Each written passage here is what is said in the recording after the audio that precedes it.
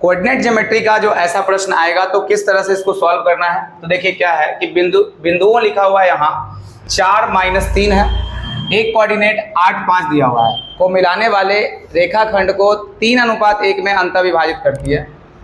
तो निर्देशांक आपको ज्ञात करना है। पहले क्वेश्चन का मतलब समझते हैं। जैसे देखिए क्या है कि एक रेखाखंड है, तो ये एक रेखाखंड है और इसको क्या कहा जा रहा है कि अंतः विभाजित करना होता है। तो अंतः विभाजित का मतलब ये हो गया कि कोई ये रेखाखंड है तो इसको अंदर से क्या करना है, विभाजित करना है, सिंपल।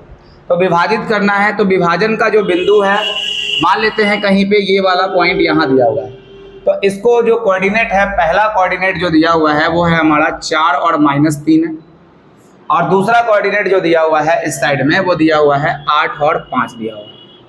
ठीक है, ये 8 और 5 दिया हुआ है, और ये चीज़ दिया हुआ है कि इसको जो विभाजित करना है वो कितने के रेशियो में करना है, तो 3:1 में। ये भी डेटा कंप्लीट दिया हुआ है कि ये 3 है और ये 1 है, कि इस वाले को 3:1 में ये विभाजित कर रहा है। अब आगे देखते हैं इसमें क्या है कि मैं अंतः विभाजित करने वाले के निर्देशांक आपको ज्ञात करने हैं, यानी कि इसके कोऑर्डिनेट ज्ञात करने हैं। तो अगर मान लेते हैं कि इसका कोऑर्डिनेट रहा होगा XY, तो एक चीज पहले हम इसके बारे में जानते हैं कि इंटरनली जब विभाजित होता है तो एक्चुअल में क्या क्या प्रोसेस होता है करना, वो आप जानिए सबसे पहले, फिर इसके बारे में हम आगे जानेंगे।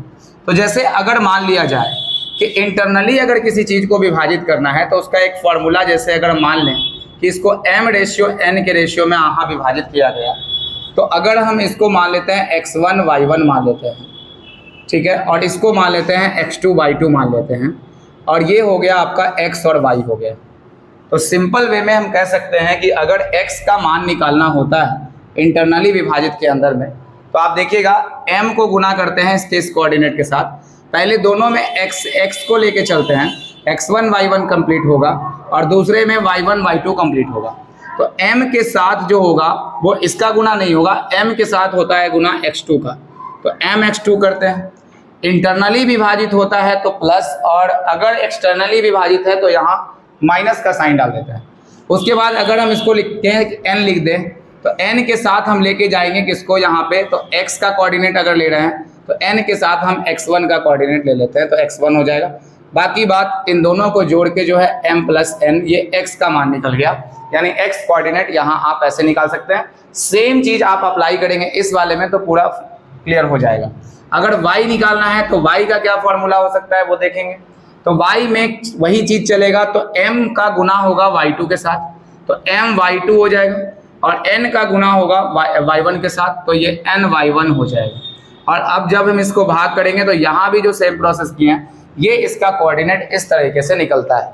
ठीक है, अब देखिए आगे की बात है यहाँ कि जब हम इसी चीज को यहाँ पे लगा देते हैं तो ये क्वेश्चन बहुत आसान हो जाता है, इजी वे में बन जाता है। तो ये इसका थ्योरी टाइप का हुआ।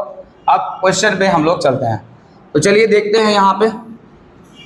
अब सबसे पहले आपने क्या याद किया कि इंटरनली विभाजित है तो हम इन दोनों का कोऑर्डिनेट x और y का कैसे निकालें। तो सबसे पहले हम बारी है x की, तो हम x कैसे निकालेंगे। तो हम बताए थे कि ये m है और ये क्या है, n है। तो m का गुना क्या करते हैं, सबसे पहले mx1 करते हैं। तो m यहाँ पर अगर आपको दिक्कत हो रहा है तो m और n आप यहाँ दर्शा लेंगे।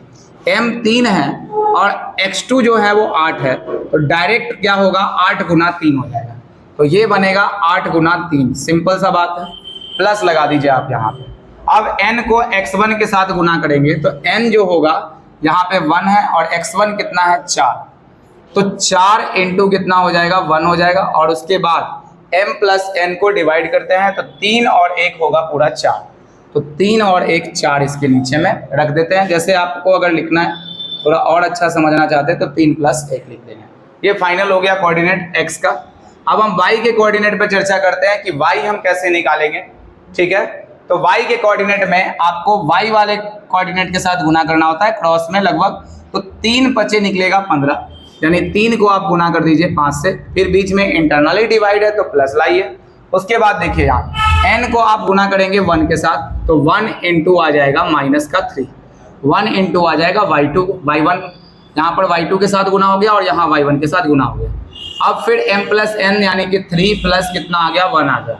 अब देखिए यहाँ पे 8 दिया कितना हो जाएगा, 24 और 4 कितना, तो x का मान हो गया 28 और बटा में 4, तो x का मान आ गया 7। y का मान अगर हम कोशिश करेंगे यहाँ से निकालने की तो 15 और में से 3 चला जाएगा तो आ जाएगा 12/3। तो यहाँ पे जो आएगा आप यहाँ पर कितने बार काटेंगे, तो 4 बार। 1 मिनट, यहाँ पे क्या होगा 4 हो जाएगा, तो ये 4 तिया क्या हो जाएगा 12, बस हो गया। तो x और y का जो रेशियो होगा वो कितना हो जाएगा, 7 से 3 हो जाएगा। तो यही B इसका आंसर है।